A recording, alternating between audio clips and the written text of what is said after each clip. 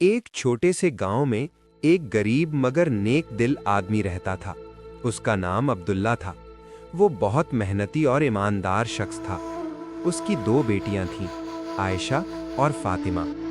دونوں بہنیں بہت نیک، فرمانبردار اور نرم دل تھیں۔ ان کی والدہ ایک بہت ہی مہربان عورت تھیں، مگر بدقسمتی سے جب دونوں بہنیں ابھی چھوٹی ہی تھیں تو ان کی ماں اس دنیا سے رخصت ہو گئیں۔ ماں کے جانے کے بعد دونوں بچیاں بہت اداس رہنے لگیں۔ عبداللہ اپنی بیٹیوں سے بہت محبت کرتا تھا، مگر وہ دن بھر محنت مزدوری کرتا تھا تاکہ گھر کا خرچ چل سکے۔ اس لیے وہ بیٹیوں کو زیادہ وقت نہیں دے پاتا تھا۔ کچھ عرصے بعد گاؤں کے لوگوں نے عبداللہ کو مشورہ دیا کہ وہ دوسری شادی کر لے تاکہ گھر سنبھل جائے اور بچیوں کی دیکھ بھال ہو سکے۔ عبداللہ نے بہت سوچنے کے بعد شادی کر لی۔ شروع میں تو سب کچھ ٹھیک لگ رہا تھا، مگر کچھ ہی وقت بعد حقیقت سامنے آنے لگی۔ نئی بیوی کا نام زینب تھا۔ زینب باہر سے تو نرم اور مہربان دکھائی دیتی تھی، مگر دل سے وہ بہت سخت اور حسد کرنے والی عورت تھی۔ وہ عبداللہ کی بیٹیوں کو بالکل پسند نہیں کرتی تھی۔ شروع میں وہ صرف ڈانٹ دیتی تھی، مگر آہستہ آہستہ اس کا ظلم بڑھنے لگا۔ وہ دونوں بہنوں سے صبح سے رات تک کام کرواتی تھی۔ پانی بھرنا، لکڑیاں لانا، کھانا پکانا، گھر صاف کرنا، یہ سب کام وہ معصوم بچیوں سے کرواتی تھی۔ اگر کبھی ذرا سی بھی غلطی ہو جاتی تو وہ سختی سے ڈانٹتی اور مارتی بھی تھی۔ عائشہ اور فاطمہ بہت صبر کرنے والی بچیاں تھیں۔ وہ کبھی اپنے باپ سے شکایت نہیں کرتی تھیں، کیونکہ وہ جانتی تھیں کہ ان کے ابو پہلے ہی بہت پریشان رہتے ہیں۔ ایک دن زینب نے حد ہی کر دی۔ اس نے دونوں بہنوں کو سخت گرمی میں جنگل سے لکڑیاں لانے بھیج دیا۔ سورج بہت تیز تھا اور راستہ بھی لمبا تھا۔ چلتے چلتے فاطمہ تھک گئی اور ایک درخت کے نیچے بیٹھ گئی۔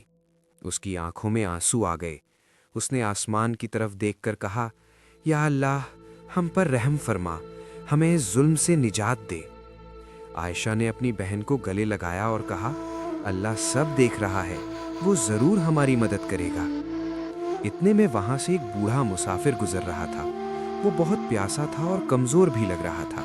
اس نے دونوں بچیوں سے پانی مانگا۔ حالانکہ ان کے پاس تھوڑا سا ہی پانی تھا، مگر عائشہ نے فوراً وہ پانی بوڑھے آدمی کو دے دیا۔ بوڑھے آدمی نے پانی پیا اور مسکرا کر کہا، اللہ تم دونوں کو اس صبر اور نیکی کا اجر دے گا۔ یہ کہہ کر وہ آگے بڑھ گیا، مگر حقیقت میں وہ عام انسان نہیں تھا، وہ اللہ کا بھیجا ہوا امتحان تھا۔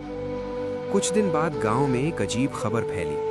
بادشاہ کے سپاہی گاؤں میں آئے اور اعلان کیا کہ بادشاہ کو ایک نیک اور صابر لڑکی کی تلاش ہے جو محل میں خدمت کرے۔ سپاہیوں نے گاؤں کی بہت سی لڑکیوں کو دیکھا۔ جب انہوں نے عائشہ اور فاطمہ کو دیکھا تو ان کے اخلاق اور نرمی سے بہت متاثر ہوئے۔ انہوں نے دونوں بہنوں کو محل لے جانے کا فیصلہ کیا۔ زینب کو یہ بات بالکل پسند نہیں آئی، مگر وہ کچھ نہیں کر سکتی تھی۔ محل پہنچنے کے بعد دونوں بہنوں کی زندگی بدلنے لگی۔ وہاں ان کے ساتھ بہت اچھا سلوک کیا جاتا تھا۔ ان کی محنت اور اچھے اخلاق کی وجہ سے بادشاہ بھی ان سے خوش ہو گیا۔ کچھ عرصے بعد بادشاہ نے اعلان کیا کہ عائشہ کو محل کی خاص خادمہ بنایا جائے گا۔ یہ ایک بہت بڑا اعزاز تھا۔ دوسری طرف زینب کے ظلم کا انجام بھی قریب آ رہا تھا۔ گاؤں کے لوگوں کو آہستہ آہستہ اس کے ظلم کا پتہ چلنے لگا۔ جب عبداللہ کو حقیقت معلوم ہوئی تو وہ بہت شرمندہ ہوا۔ اس نے اپنی بیٹیوں سے معافی مانگی۔